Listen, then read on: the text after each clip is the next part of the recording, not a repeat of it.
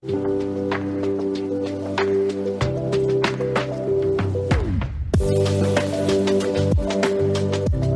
to the ultimate age of the geek, where we take deep dives into TV and film and take a look at these projects through nerd vision goggles.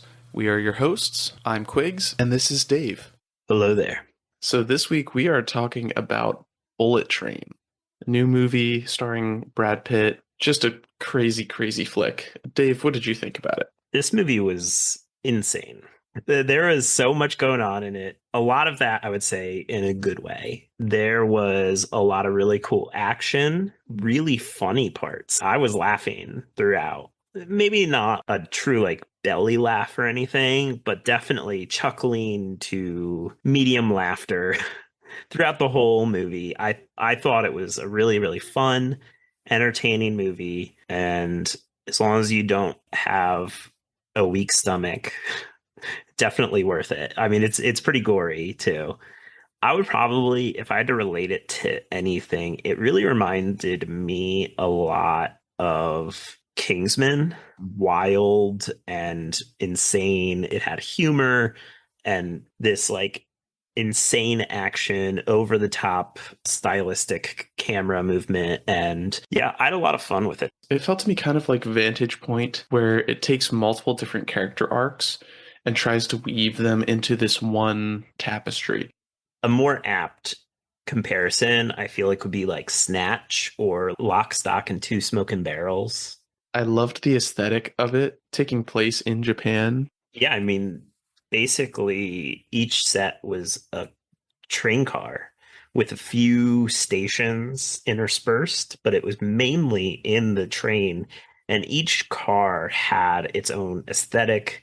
You knew exactly where in the train the person was every scene. It was kind of established in the beginning where a certain character basically walks from the back of the train to the front of the train, and you see them pass by all the other characters. And that shot of him going through the train allows us to, for the rest of the movie, know, oh, he's back there, this person's up there, etc., etc.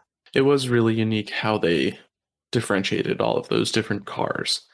And I really liked the themes in the movie. The two biggest themes that stuck out to me were used to great effect, but then I felt ended up getting a little heavy-handed at times, like using a children's show as a metric for determining someone's personality and trustworthiness, fate being interwoven into everything. And yeah, the use of fate in this reminds me of Final Destination, because there are truly Final Destination level coincidences that occur. They're so stylistic and so intentional. I wouldn't put it as a negative. I think sometimes coincidences in movies can feel disappointing, but it really played into the narrative in a really cool way and just enhanced the fun of the whole experience. yeah, I did like how there was build up to a couple of the most pivotal scenes, and you got little tidbits of that throughout the movie. You see a character doing an action here. There's a couple moments after this character, does something when you're wondering when a literal or figurative bomb is going to go off. And you're like, when's the payoff going to happen? And then it finally happens. It sets off a whole other series of events. And you're like, oh my gosh, this is crazy how they just kept track of all this. And yeah, they set everything up nicely, and it does feel earned. Yeah, and there's really two ways in which we see that, right? Because there's some that it sets it up ahead of time and then shows it regularly or something, and then pays it off in the end. And then some that just kind of seem to come from out of nowhere. But then we get a quick flashback or a series of flashbacks that show us oh, this is how that plays in. And it's oh, okay, that makes sense. It gets really funky at times, but really fun. Here's the moment that you've been dreading, Dave. Since you have the job of writing the synopsis, go ahead and give us this tangled web of a story. Yeah, this is probably my longest synopsis yet, because this story is just so crazy complicated and all over the place. I didn't really feel like I could skip over much in what I was describing. But okay, spoilers ahead. if you have not seen Bullet Train. Ladybug is an international agent of some unspecified employment, though we do know he is American. Ladybug is filling in for Carver on what is supposed to be a simple pickup on the bullet train heading to Kyoto. It seems the mission will go off without incident as he quickly grabs the briefcase and nearly makes it off the train when he is met at the door by the wolf. The two fight before Ladybug quite accidentally kills the wolf. Stuck on the train till the next stop, Ladybug starts to investigate more about what is going on. Meanwhile, Lemon and Tangerine discover the briefcase was missing. Worried about what it will mean to their employer, the White Death, they leave his son alone momentarily, resulting in his death. The two head off into the train to discover what is going on. Meanwhile, the father, whose son was pushed off the roof of a building, is on the train seeking revenge. He is flustered and trapped when he learns the identity of the person who put his son in the hospital as a young girl, the prince. She traps him, threatening his life and his son's, to attempt to kill the White Death and booby trap both his gun and the briefcase, which she finds after Ladybug stashed it. Lemon and Ladybug meet and fight over several misunderstandings about the murder and a general distrust as an occupational hazard.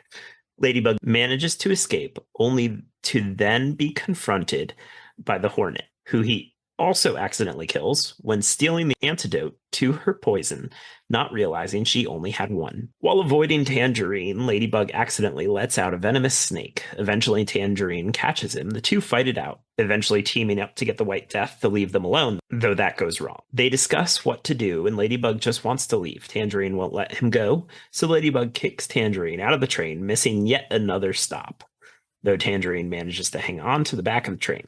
Lemon, also searching the train, finds the father and the prince, able to see through the act, and with a gun pointed at both of them, he falls over unconscious, having drunk the water bottle that Ladybug had put drugs in. The prince shoots Lemon and leaves Lemon and the father for dead in the bathroom. Tangerine learns of his brother's seeming death and finds the prince. The two fight, but Ladybug interferes, unaware of the prince's true nature, and Tangerine is accidentally shot and killed. At the next to last stop, Ladybug tries to leave, but the prince manipulates him to stay, and the two are approached by the Elder, the father's father. Ladybug is attacked by a snake, and the Elder scares the prince away. When Ladybug returns, the truth is revealed to him, and the two find Lemon and the father in the bathroom, and surprisingly, both are alive. The four set about a plan to defend themselves from the White Death when they arrive in Kyoto. Fate is on their side as a series of Final Destination-style deaths and coincidences lead to the death of both the prince and the White Death and the survival of the four who set out. Why don't we start it off with the extras slash cameos? So Channing Tatum. Honestly, did not expect him to be in the movie. I know. When he sits down and he looks across and then you see Channing Tatum, I was just like, oh my gosh. I feel like Channing Tatum cameos are always used to great effect, and he's always just this stupid dude. Yeah, he plays it really well. I mean, he's so funny. He's in this only like a minute, but every line he has is great. Sandra Bullock is the handler.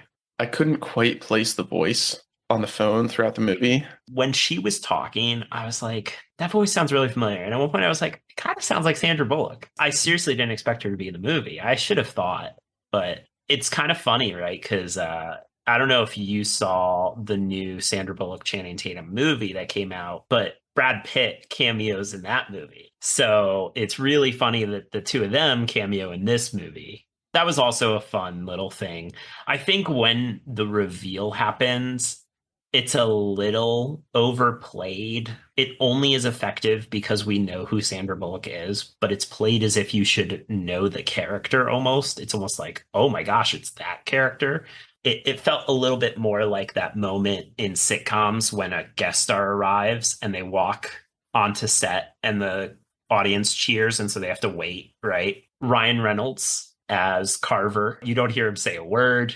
I think what makes it funny that it's Ryan Reynolds is because of how much they talk about Carver throughout the movie and how much Brad Pitt's character Ladybug just hates Carver and like just constantly talking about that. And then it's Ryan Reynolds. I think that's what makes it fun and funny because you don't hear him say anything. He doesn't really do anything. He just takes off a helmet and walks. Yeah, I thought that was a fun one.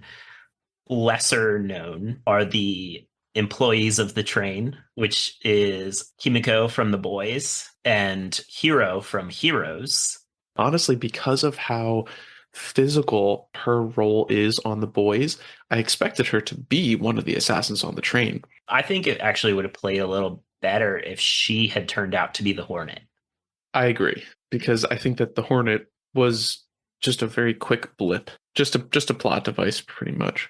Yeah. And if she had turned out to be the Hornet, that would have been more interesting because, she showed up during the Tangerine Ladybug fight.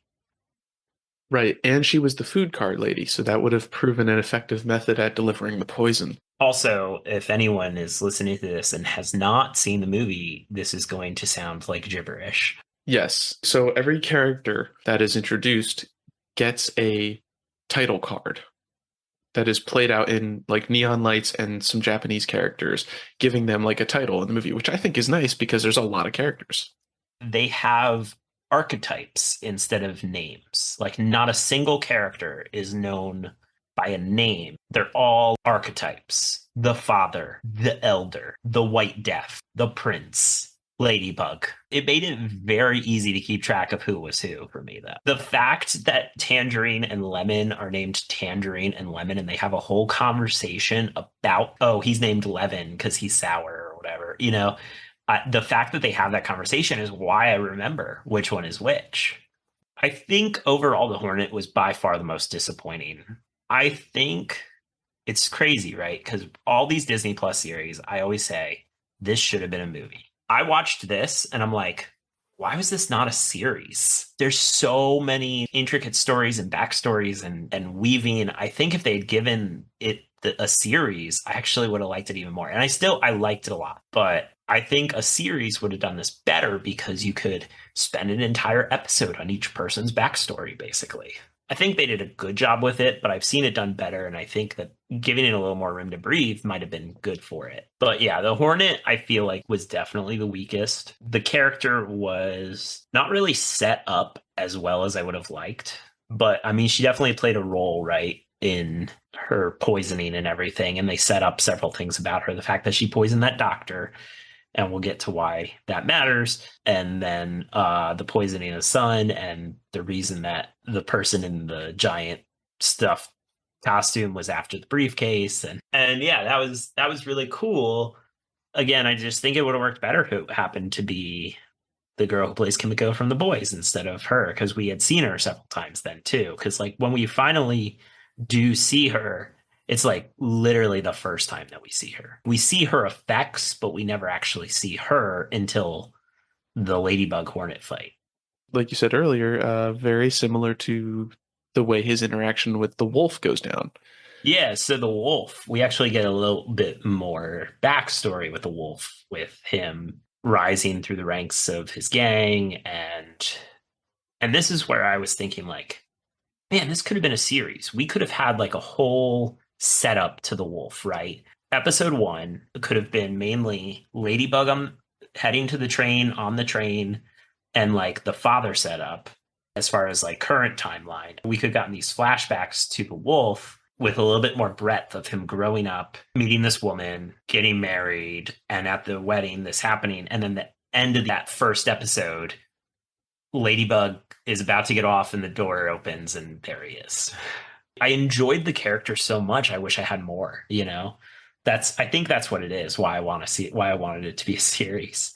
Because I just enjoyed the character so much. I was like, oh man, I feel like there's not enough. Most every flashback after the wolf, I felt like I had acclimated to the pace of the movie. But before that, it just felt like it was really jumping around a lot for me. And it was a little jarring to get used to that at first, the way that they had started to do that. So I agree. I think a show would have been nicer, at least to explore some of these other characters, because you get that whole flashback and then you come back to present and the wolf is dead within 30 seconds. Yeah, which, by the way, the way the wolf dies is just hilarious. I just felt like awful, right? Because you get like this whole flashback and like what happened to him is horrendous. And then like He gets killed in the stupidest way possible. Yeah, Brad Pitt just kind of like reacts to the knife and he's like, whoa, and he just goes to hide behind the briefcase and the knife bounces off of it and stabs the dude in the heart. And then as he falls, he turns and he falls right onto the briefcase, breaking his neck. And Brad Pitt's just like, oh my gosh. This is why I compare it to Final Destination, right? And I'll say this a couple times because this is not the last or most insane coincidence that occurs. The series of events that occur is just astronomical in its probability, but it is fun to watch. So the father, right? We start with him. He starts out the movie, and so he's in the hospital room with his son. You're not sure exactly what's going on. You get just a tiny bit of foreshadowing from the TV about the escaped poisonous snake, and then his father comes in. And I expected the father's father to get a title card as well, but he doesn't until much later. You get a little bit of backstory about how the father comes up and sees that his son was pushed off of a building, how this kid is still alive just plays into the insanity of the whole movie of people just, kind of fake deaths almost. He gets a message that the person who pushed his son is going to be on the train. And so then he goes to the train and kind of helps to set up a lot of these events happening. He ends up just being a pawn, really. Yeah, he really does. He doesn't play as big of a role as you would think. Once his father comes into the picture, he definitely takes a side. See, I mean, even before then, right? Like, because right away he gets captured by the prince and basically is a pawn. I thought the character was good. He's definitely, again, I put him lower on the list because he's kind of more in the forgettable range. He's more important than the wolf or the hornet. And so I feel like Lemon and Tangerine need to be talked about. When you're first introduced to them, they're called the twins. Yeah. Oh my gosh. I love that they're called the twins. I'm really curious. Are they supposed to be twins? Are they supposed to be brothers? Are they just like two who grew up with each other and they're kind of like brothers, right? Because, like, I mean, one is black and one is white. I love that it like just leaves it open. Like it could be any of these things. And I love that they're always talking about the twins and the whole movie Ladybug's like, I don't think they're twins. And they end up using the pseudonym or code name of Lemon and Tangerine, and I still get them confused. They're so vastly different, but I still get them confused. And I was thinking to myself when I was writing some notes down for this, my younger brothers are twins, and they're fraternal. They're not identical, and a bunch of people still get them confused. They look nothing alike, and yet people still get them confused. I've always thought, how can people confuse them? And now these two characters are called the twins, look absolutely nothing alike, and I still get them confused. Probably going to continue to ask, is it Lemon or Tangerine that said this? Yeah. During the rest of this.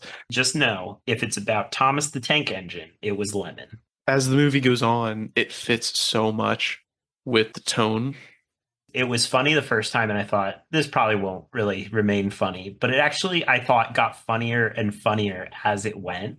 And it set up that moment that Tangerine, believing Lemon is dead, finds the prince. And just like everybody else, when they find the prince, think, oh, this person can't be involved. But because Lemon had discovered that the prince was the Diesel and had managed somehow to slip the sticker on her. And so when Tangerine sees that and pulls the sticker off, he's not taking any of it. He knows what that sticker means. And the fact that they set that up so far in advance, and it's kind of just a joke, right? Like it's played off as a joke for the whole movie until that moment. Yeah, I thought the whole thing with Thomas the Tank Engine worked out really well in this movie. I have been so used to kind of the MCU humor where they will say something and just never reference it again. And so I agree with you. I was expecting that to happen with the Thomas the Tank Engine thing as well, and was pleasantly surprised that it didn't feel overused, but it actually served a purpose too. I think I've mentioned this in a previous episode, but the concept of Chekhov's gun, everything that you show should be utilized. Also, I thought One of the things in their introduction when they're talking to the White Death's son, arguing over how many people they killed, was really funny. And then like the to take it back where like they're talking to the camera and counting them out. And then the fact that the 17th person, which shows some innocent bystander who was checking on the people, but the car exploded. The bantering and the bickering between the two of them really, it just made sense. If they were brothers and co-workers, it just made sense to have that. And that to me made them one of my most favorite parts of the movie. Whenever Brad Pitt was on screen and these guys were, it felt awesome. Yeah, their chemistry was phenomenal. You didn't feel the lack of Brad Pitt when either of them was on the screen, but especially when they were together. So when they do the fake out death for Lemon, even though he's just passed out asleep because of the drugs that were put in his water bottle, it was nice to have that morning scene with Tangerine mourning Lemon, and then vice versa. When Tangerine accidentally gets killed by Ladybug, it's nice to have that morning scene reversed. You got to see how much they truly cared for each other. I was sad that Tangerine died, actually. I had hoped that both of those two would survive, but I knew in my heart of hearts that one or both of them was probably going to die. Just like the Hornet and the Wolf, though, their Tangerine's death is just so random. Right, it's so quick and accidental. Lemon and Tangerine are working for the White Death. They're trying to retrieve a briefcase full of money and his son for him. Yeah. And they are told to get out at the one station, and each station, the train stops for exactly 1 minute. And they are told, get out at the station and show my men that you have the briefcase and my son. Tangerine jumps out at one station and just goes, look, we have the stuff. Don't worry about it. Even though he's stalling for time because they have lost both at that point. The son is dead and they've lost the briefcase. And Lemon is looking on the train still. So Tangerine kind of stalls, jumps on the train before it leaves. So he gets a call after that fight, after they climb back in with Ladybug. And Tangerine is told, I want to see both you and your brother and the briefcase, or we're coming on the train to kill everybody. So Ladybug and Tangerine, Ladybug posing as Lemon, because they've never seen Lemon, go outside and and the one guy makes the comment like, "Oh, you guys really are twins." And then to try and, as he says later, to try and sell it, Ladybug lifts up the briefcase. He goes, "Yep, see?" And for some reason, he spins the combination and he goes, "I was just trying to sell it, man. It was going so well." But he spins the combination and a bunch of like clothes and just fall out. Yeah, the exact perfect combination happens when he just spins the numbers randomly and a bunch of clothes fell out. And it was just so funny. Like that moment, all these like bad luck stuff happened to him, except for whenever it comes to like death, it's the opposite, right? People are trying to kill him and they happen to die by accident. He's got this awful luck when it comes to literally everything else. They jump back on avoiding the other guys and Yeah, he wants to get off at the next station and just be done with everything. But Tangerine says, no, not going to happen. You're in this now with us. And he kicks Tangerine off, and somehow Tangerine is able to break his way back in from the back of the train, yeah. which is just nuts. Yeah. Like the things that Tangerine goes through and then to finally die just by an accidental gun going off is crazy. But yeah, Tangerine and Lemon were really fun. And the setup of why they're there. In fact, just everything about them, every moment is set up. Bolivian job, all like the Thomas the Tank Engine stuff, it all was really well set up and paid off. Even though it was standard movie time and a lot happens, pretty decent world building and establishment, and all of the characters have come into contact with each other. Brad Pitt's character has come into contact with almost everybody in the movie at some point in his life before he arrives on the train. He just doesn't remember them. But let's talk about one of the diesels of the story, the prince. So she is manipulating the father because she knows that the father works for the White Death. And all we kind of get in the beginning is she wants the White Death dead. She's got some vendetta against him and wants to use the father to get to him.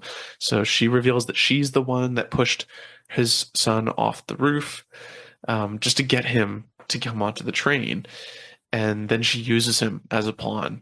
And Joey King plays that part so well. I mean, not picking up a gun unless it's absolutely needed, like when she shoots Lemon point blank, but using manipulation to get what she wants, it's brilliant. And she does such a good job at it, and it's believable.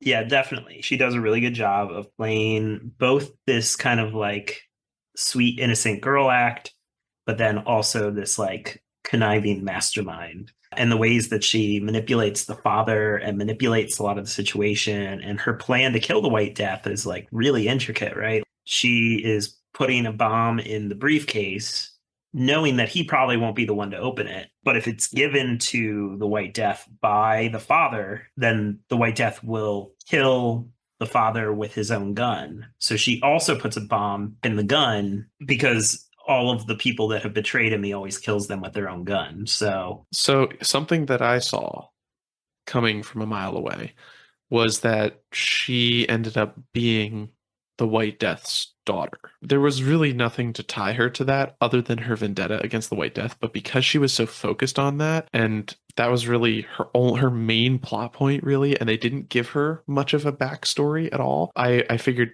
she's connected to the White Death in more ways than one. Looks to be about the same age as the son, so she must be the daughter of the White Death. it's a pretty common thing, right? In storytelling, like The fact that her plan does pay off, even though they joke at the end, like, wow, she's a narcissist because she thinks that her hand killed her father. And, well, it's kind of true. The gun ends up killing him with the bomb in it. yeah, to a degree, it is true. She shows up out of nowhere holding a gun and she's really angry. She's going to kill everybody. And then a tangerine truck runs her over. And then it's revealed later on that Lemon, who had jumped off of the train and landed in water, ended up surviving. Somehow came across a tangerine delivery truck, stole it, and ran her over. We had to wait till the mid-credits scene to see that, but it paid off. When she gets run over, I pretty sure that that's who did it. And I was like, they're going to show us that, right? Yeah, I don't know why they decided to put it at the mid-credits, but whatever. I mean, at least we still got the payoff. Going back a little bit, the Elder shows up and exposes the prince to Ladybug. But the Elder I loved because when he shows up, finally he gets his title card and reveals that he used to work for, the Yakuza boss who was killed by the White Death, and now he's got this vendetta against him. And Yeah, because the White Death killed all of the Elder's friends, co-workers, also his wife. and he thought that he had killed his son. We get the Elder in action with his sword. It's awesome. I mean, this guy is amazing.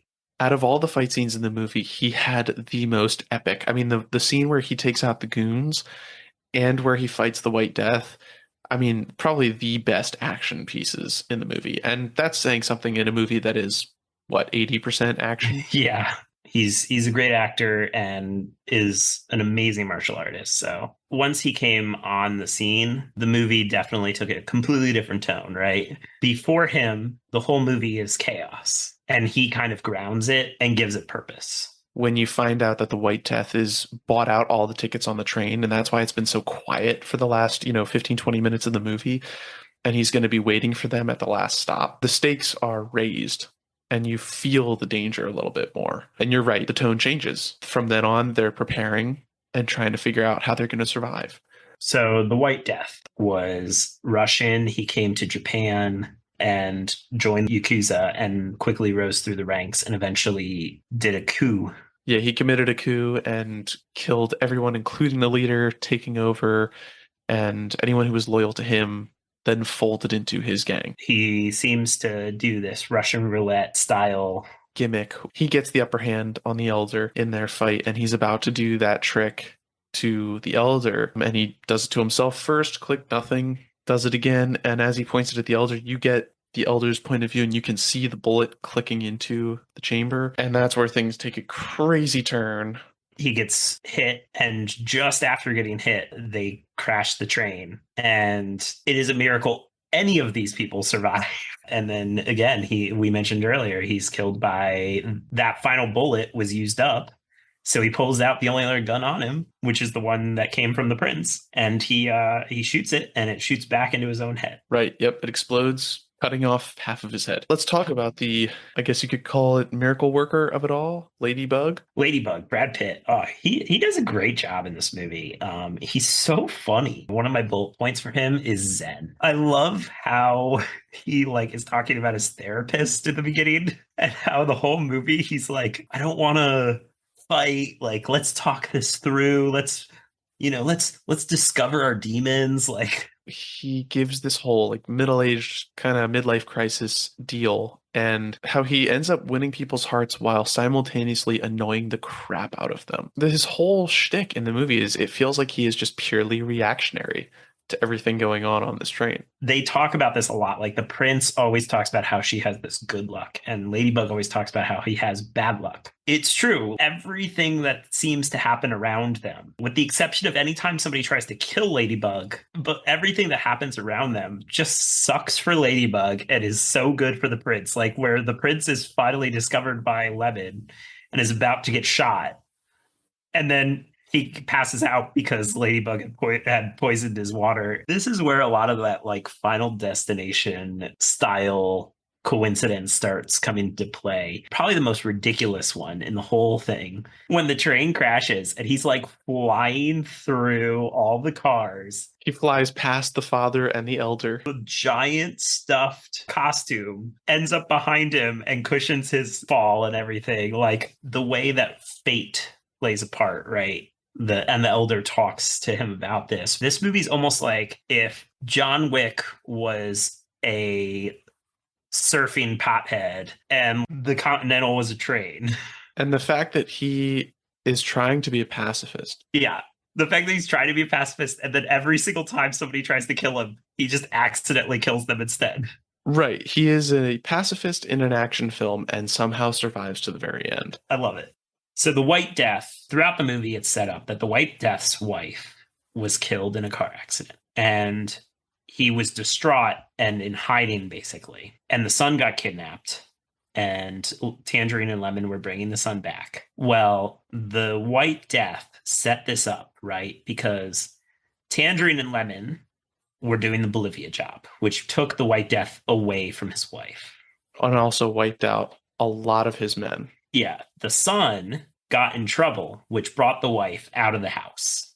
Right, to go and get him out of jail. Carver, who Ladybug was filling in for, is the one who ended up running their car into the White Death's wife's car. She survived and ended up in the hospital, but the doctor was poisoned by the hornet. And so the White Death had brought Tangerine, Lemon, the hornet, his son, and intended Carver to bring all of them on this train and kill them all. Right. And with the added bonus of maybe having them all kind of kill each other off as well, eliminating some of his competition in the criminal underworld. Yeah. And so the prince getting involved really is what involves the father and the elder.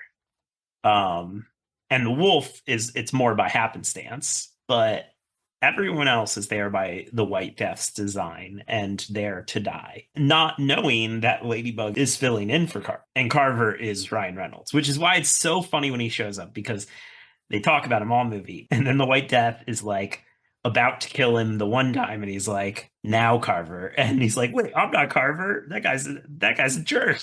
Right. That guy called off for a stomach ache. So yeah, the role of fate in this movie is really boiled down to one title card that we get near the end, which is the water bottle, which is an amazing sequence of flashbacks to Lemon and Tangerine getting the water bottle and all the places that they carry it around. And before we get that title card, the White Death is about to shoot the Elder with his gun. He's done his Russian roulette trick. He's about to shoot the Elder.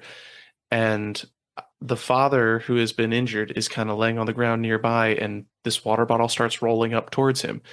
And as he picks it up, you get the title card, the water bottle. It goes into a quick flashback showing how a little girl tried to get it out of a vending machine. It got stuck. Tangerine and Lemon came by before getting on the train, knocked it out, took it with them. You get the POV of the water bottle, and it sees... yeah, just a really quick POV of like a lot of the events of the movie. Right. Lemon and Tangerine arguing. Yeah, Ladybug and Lemon fighting. Yeah, the son dying. Yeah. Ladybug poisoning the water, and you get the POV of Lemon drinking the water and passing out. Being picked up by the janitor who puts it in the basket, which is where it falls out of the basket into the father's hand. And then he hits the White Death in the face with it, making him miss that final shot.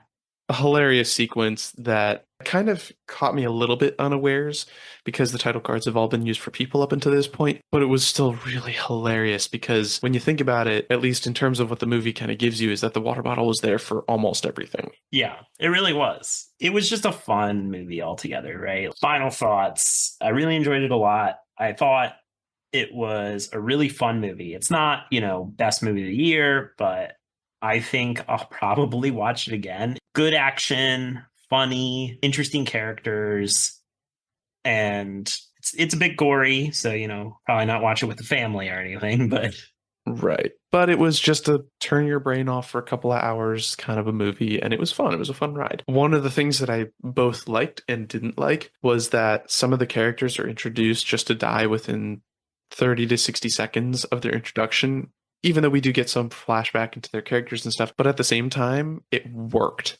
Even though it's just a crazy, wild, fun action movie, it still has a theme. It still has a couple different themes and some witty depth to it. and I think it's unique, right? I think it sets itself apart from other of its kind.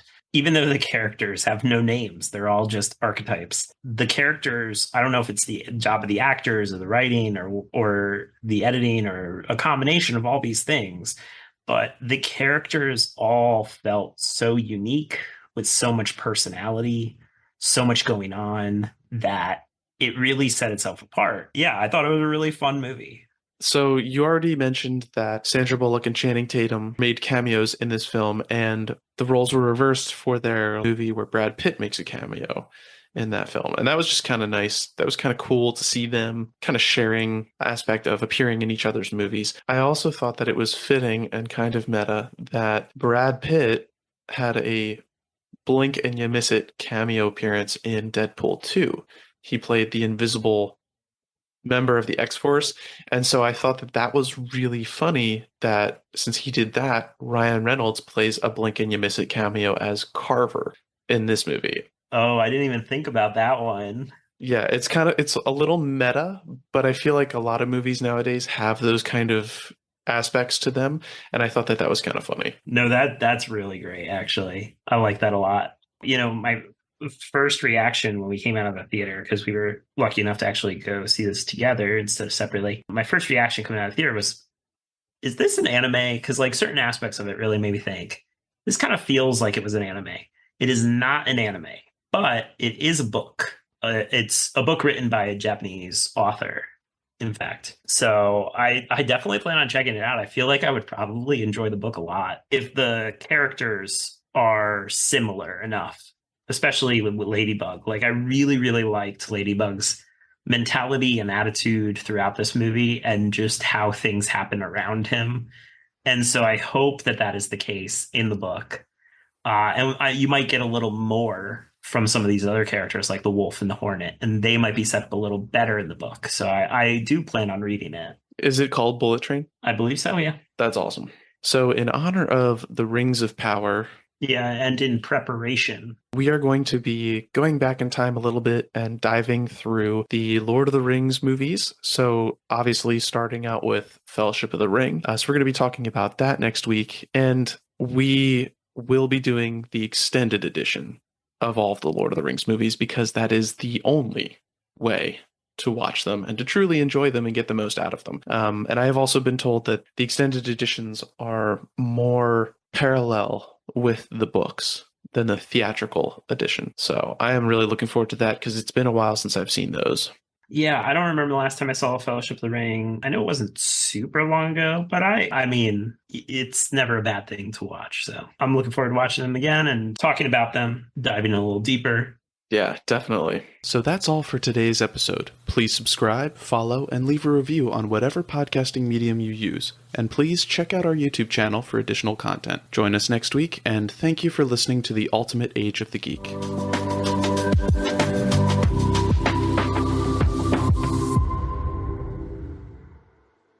So we're kind of new to this podcast thing, but we could not have gotten started without Buzzsprout.